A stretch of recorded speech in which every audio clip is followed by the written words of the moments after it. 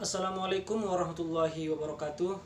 Alhamdulillahirabbil alamin. Wahdahu wassalatu wassalamu ala asrafil anbiya'i wal mursalin wa ala alihi wa ashabihi azmain, amma ba'du. Yang pertama, marilah kita panjatkan puji syukur atas kehadirat Allah Subhanahu wa taala.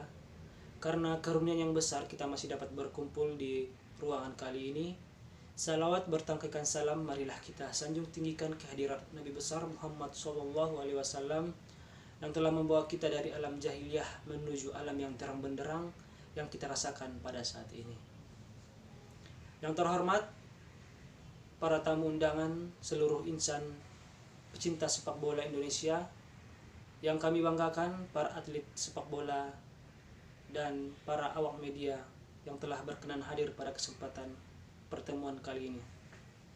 Baiklah, di pertemuan kali ini kita akan membahas mengenai sepak bola Indonesia. Jika kita mendengar kata sepak bola, maka yang terlintas di benak kita yaitu suatu kebahagiaan. Jika kita mendengar sepak bola, yang terlintas di benak kita pasti kita merasakan sebuah atmosfer yang sangat luar biasa. Lalu sepak bola juga mengingatkan kita mengenai sebuah olahraga yang sudah memasyarakat, tetapi olahraga yang sudah memasyarakat tersebut belum memiliki prestasi yang luar biasa. Nah, hal tersebut tentunya dipengaruhi oleh beberapa faktor-faktor yang menyebabkan sepak bola Indonesia belum maju. Penyebab dari semua itu adalah, yang pertama yang akan kita bahas adalah mengenai pembinaan. Pembinaan ini sendiri meliputi ataupun memiliki cabang-cabang lagi. Yang seperti kita ketahui, pembinaan yang pertama adalah pembinaan mengenai pemain. Pemain ini merupakan hal sentral yang mesti dan harus kita bina secara baik. Tidak hanya yang kita bina mengenai skillnya saja, tetapi yang kita bina bagaimana dia memiliki tanggung jawab, dia memiliki attitude, dan dia memiliki keberanian yang baik. Di Indonesia ini kita memiliki bakat-bakat yang luar biasa. Sebut saja Boaz Salosa, Bambang Pamungkas, dan yang terbaru ini kita ada yang namanya Egy Maulana Fikri. Dia sendiri di beberapa tahun ke belakang dia memiliki penghargaan, yang penghargaan ini sebelumnya dimenangi oleh beberapa bintang sepak bola seperti Zidane dan ada juga seperti Neymar. Hal ini membuktikan bahwa bakat di Indonesia tidak perlu kita ragukan lagi. Tetapi dari bakat-bakat tersebut sering kita jumpai setelah usianya dewasa, bakat tersebut seperti hilang. Hal tersebut dipengaruhi oleh karena kebanyakan pemain-pemain di Indonesia ini tidak memiliki mental yang baik. Hal tersebut contohnya seperti ketika dia sudah mengecam kesuksesan di usia muda, maka di usia dewasanya dia tidak memiliki etos seperti latihan yang baik dan dia tidak memiliki tujuan ataupun motivasi untuk lebih sukses ke depannya. Kemudian yang memengaruhi pemain ini sendiri lagi adalah seperti misalnya ketika kita pergi ke desa, banyak sekali kita jumpai pemain-pemain dengan skill yang bagus, attitude yang bagus. Tetapi dia tidak mendapatkan kesempatan yang baik untuk bermain di klub-klub profesional. Hal tersebut terjadi karena kebanyakan para pemain tersebut tidak mendapatkan agen yang baik. Lalu dia tersaing oleh para pemain-pemain titipan. Pemain titipan ini adalah pemain-pemain yang sebenarnya tidak pantas ataupun tidak bisa bermain untuk pemain profesional ataupun klub-klub profesional, tetapi dia memiliki orang dalam sehingga dia bisa masuk ke dalam tim tersebut. Lalu hal yang dapat kita lakukan adalah, walaupun seperti itu, kita harus tetap memiliki tekad dan ulet dalam berusaha. Lalu pembinaan selanjutnya yang kita bahas mengenai sepak bola adalah mengenai pelatih. Nah, di bagian pelatih ini sepertinya sudah mengalami perkembangan yang sangat luar biasa. Saya katakan luar biasa karena sudah banyak kita jumpai dibukanya lisensi-lisensi mengenai kepelatihan di Indonesia. seperti baik itu dari level kota, provinsi, negara, lanjut ke level dunia. Nah, hal tersebut membuktikan bahwa di Indonesia sudah memiliki banyak sekali pelatih-pelatih yang baik. Tinggal di sini bagaimana pelatih-pelatih tersebut dapat menerapkan ilmu yang telah dipelajarinya kepada dan diberikan kepada anak-anak muda, supaya anak-anak muda ini menjadi pemain bintang di kemudian harinya. Lalu selanjutnya ada wasit. Kalau kita mendengar kata wasit, pembinaan wasit juga sudah cukup banyak di Indonesia. Tetapi wasit-wasit di Indonesia masih sedikit yang memiliki lisensi FIFA ataupun lisensi dunia. Hal tersebut dipengaruhi oleh beberapa hal seperti mahalnya biaya ataupun tidak adanya jaringan untuk mengetahui kapan ada pemberian lisensi ataupun membuka lisensi wasit. Nah, wasit sendiri ini merupakan suatu hal yang sentral di kemajuan Indonesia. Seperti misalnya apabila kita mendapatkan wasit yang kompeten, wasit yang baik, jalannya ataupun alur di pertandingan tersebut pun pasti akan lebih seru karena dia memberikan keputusan-keputusan yang tepat. Selanjutnya, yang perlu dibina dalam sepak bola, yang keempat adalah supporter. Yang perlu kita tanamkan dalam supporter ini adalah rivalitas hanya di lapangan. Di luar lapangan kita bersaudara. Karena pada hakikatnya, tujuan dari sepak bola ini adalah menciptakan persatuan dan kesatuan yang seperti dahulu ketika awal-awal kemerdekaan Indonesia. Lalu setelah itu, setelah pembinaan pemain, pembinaan wasit, pembinaan pelatih, dan pembinaan supporter, yang perlu dibenahi lagi dari Indonesia ataupun sepak bola Indonesia adalah sarana dan prasarana. Saya rasa sarana dan prasarana di Indonesia ini sudah berkembang pesat malahan. Buktinya hampir di setiap provinsi di Indonesia sudah memiliki minimal satu stadion yang berlisensi nasional bahkan berlisensi FIFA. Tapi ada satu hal yang menjadi titik fokus ataupun yang menjadi permasalahan mengenai sarana prasarana ini. Ketika sudah dibangun stadion, ketika sudah dibangun fasilitas olahraga, yang paling susah adalah menjaganya. Karena kebanyakan ketika kita lihat sudah pembangunan, diresmikan, dan 1 tahun kemudian pasti rumputnya sudah mulai menebal, sudah banyak ditemui sampah, cat pun sudah menipis. Jadi itulah yang penting, kita harus bisa melestarikan bagaimana stadion ini bisa memiliki umur yang panjang, karena biayanya pun pasti mahal. Lalu selanjutnya, dalam supaya perkembangan sepak bola Indonesia ini bisa meningkat, yang harus diperbaiki adalah yang ketiga, yaitu mengenai kompetisi liga ataupun turnamen sepak bola. Turnamen ini pun harus disusun dari yang paling dasar, yaitu Liga 3, selanjutnya ada Liga 2 dan ada Liga 1. Nah, yang kita temui sekarang, Liga Indonesia sudah mengalami perkembangan.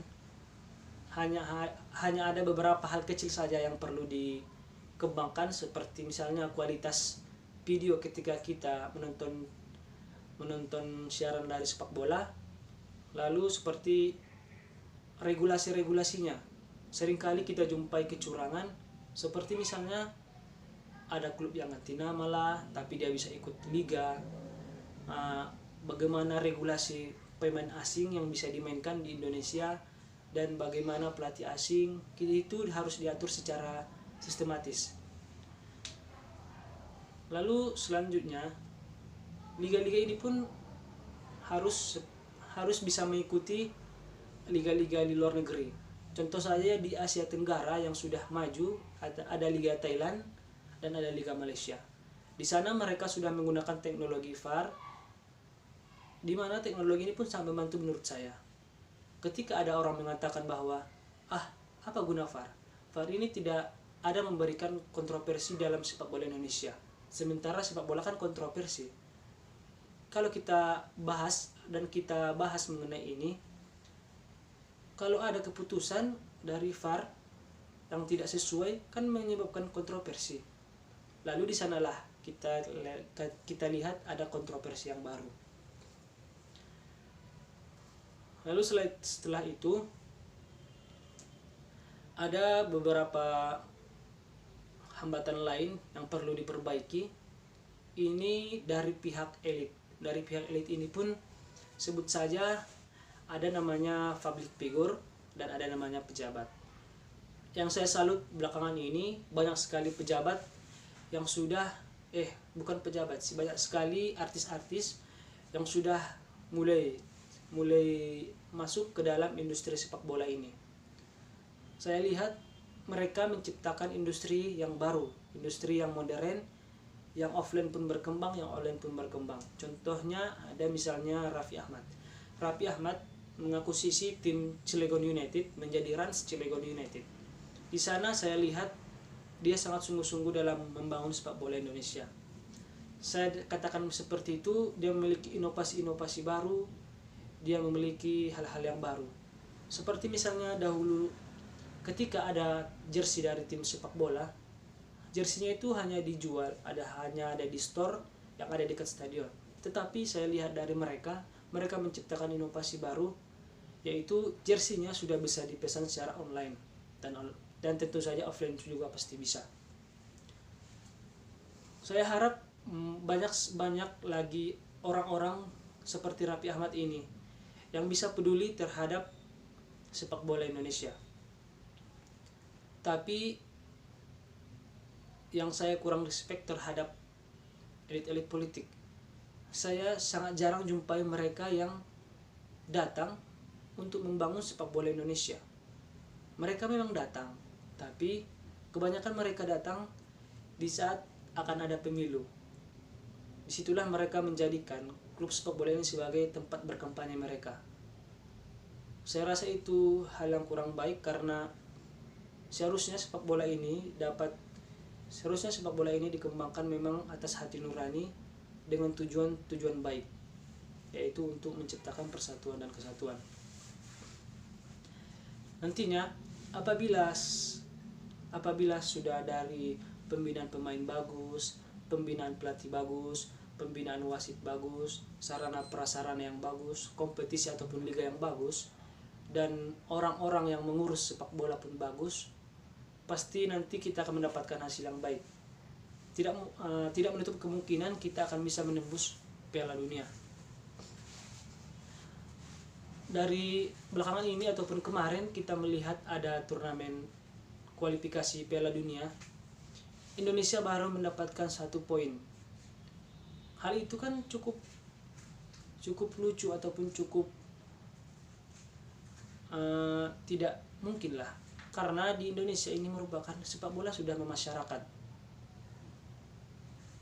Jadi sudah sepantasnya Indonesia bisa lebih berkembang dari negara-negara di dunia ini.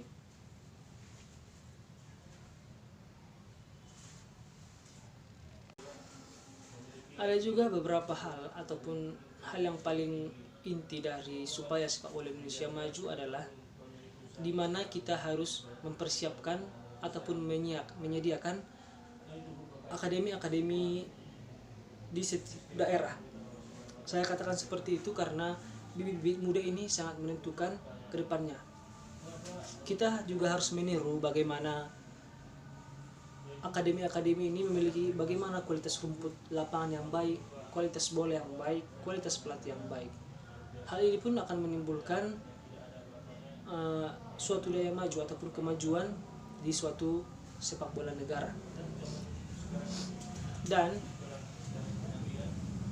kita pun memang harus berani untuk melaksanakan suatu inovasi terbaru.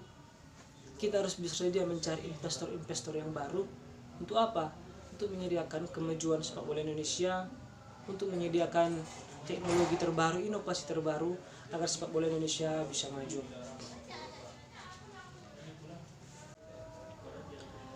Sepak bola ini saja tidak melulu tentang olahraga saja, tetapi sepak bola ini juga bisa mengandung berbagai aspek, seperti misalnya aspek keagamaan. Di dalam olahraga, ketika kita misalnya pemain-pemain luar negeri misalnya, ketika mereka mencetak gol, mereka selebrasi. Ada sebuah survei yang di luar negeri, ketika Muhammad Salah bermain di Inggris, maka banyak sekali orang-orang Inggris yang pola pikirnya berubah dan kembali menganggap Islam merupakan agama yang baik. Jadi tidak menutup kemungkinan di Indonesia dengan adanya sepak bola, adanya perpecahan agama sebelumnya yang ada di Indonesia bisa kita atasi dengan adanya sepak bola. Karena Indonesia ini memiliki banyak agama, jadi kalau Indonesia bisa mengatur ataupun bisa menjadi wadah untuk menjaga perdamaian antar agama, maka itu merupakan hal yang sangat baik, yang sangat tepat, yang perlu kita untuk tingkatkan. Ada beberapa pemain sepak bola Indonesia yang berani untuk mengambil karirnya di luar negeri. Sebut saja seperti misalnya Evan Dimas, Andik Permansyah, ada Sahrian Abimanyu, dan masih banyak lagi. Kita tentunya sangat salut terhadap keberanian mereka untuk berani bermain di liga-liga luar negeri. Hal tersebut tentunya memberikan manfaat yang banyak kepada mereka. Seperti misalnya nanti ketika di luar negeri ini sangat memperhatikan mengenai fisik para pemainnya, tidak hanya teknik. Kita lihat saja mereka memiliki badan yang sudah cukup bagus, mereka memiliki tanggung jawab yang sudah bagus juga. Tentunya itu tidak hanya bermanfaat bagi mereka saja, tetapi akan bermanfaat untuk nanti misalnya mereka membawa ilmu dari luar negeri kembali ke Indonesia. Lalu selanjutnya, pemain Indonesia pun seharusnya bisa banyak bermain ke luar negeri, tetapi disitulah peran daripada negara Indonesia, peran para agen-agen Indonesia untuk bisa berhasil membawa timnya ke luar negeri, karena sungguh manfaatnya itu pun sangat baik untuk bisa dirasakan oleh pemain-pemain yang ada di bawahnya atau pemain-pemain muda. Selanjutnya, supaya persepak bola Indonesia ini bisa bagus, seperti misalnya di wasit, seringkali kita jumpai skandal-skandal sepak bola yang melibatkan wasit. Hal tersebut karena kita yakin pasti wasit tersebut yang pertama memang mereka tidak memiliki prinsip yang teguh. Lalu selanjutnya saya yakin mereka memang membutuhkan finansial, mereka pun memang kurang. Jadi di sini ada peran dari pemain ataupun peran para pemegang kekuasaan, yakni gaji-gaji mereka pun harus ditetapkan supaya menciptakan kesejahteraan tidak hanya pemain, tidak hanya pelatih, bahkan wasit pun harus bisa sejahtera. Lalu di Indonesia ini pun banyak sekali skandal-skandal yang sering kita jumpai, seperti misalnya ada beberapa pemain bola yang melakukan kegiatan-kegiatan indisipliner. Itu pun berakibat buruk kepada mereka. Jadi kita himbau kepada para pemain-pemain supaya memiliki prinsip yang bagus, agama yang baik pula. Di luar negeri, walaupun di luar negeri tersebut kita kenal sebagai negeri yang plural, negeri yang bebas, tetapi para pemain-pemain tersebut sangat agamais. Saya lihat agamais karena mereka seringkali walaupun mereka sudah terkenal di luar negeri, mereka masih tetap bersedia memberikan sumbangan, bersedia membantu masyarakat yang ada di negara mereka. Hal tersebut tentunya pun akan menolong mereka. Jadi pemain Indonesia ini pun harus memiliki agama yang baik, harus memiliki sikap yang baik, dan harus memiliki prinsip-prinsip yang baik juga. Lalu kalau sepak bola Indonesia sudah terkenal, dampaknya sangat banyak, yaitu Indonesia menjadi negara yang dikenal di seluruh dunia dan akan bermanfaat di berbagai sektor seperti sektor pariwisata, sektor lain-lainnya juga. Lalu setelah itu, ketika kita membahas sepak bola, kita pun mengingat ketika awal-awal kemerdekaan Indonesia. Ketika kita dulu di SMP, di SMA, kita belajar mengenai sejarah. salah satu alat ataupun salah satu hal yang digunakan untuk menciptakan persatuan dan kesatuan adalah sepak bola. Dahulu namanya masih klub Hindia Belanda. Sebenarnya kita pernah mengikuti Piala Dunia, tetapi masih atas nama Hindia Belanda, namun pemainnya berisikan sepak bola Indonesia. Nah, disitulah saya sangat yakin sepak bola Indonesia ini pasti akan maju ke depannya. Seperti itu. Ada satu hal yang bisa membuat sepak bola Indonesia pasti sangat maju, yaitu sepak bola Indonesia harus dikelola, diatur oleh orang-orang yang memang bersih dan memang mengerti sepak bola dan memang memiliki niat yang baik.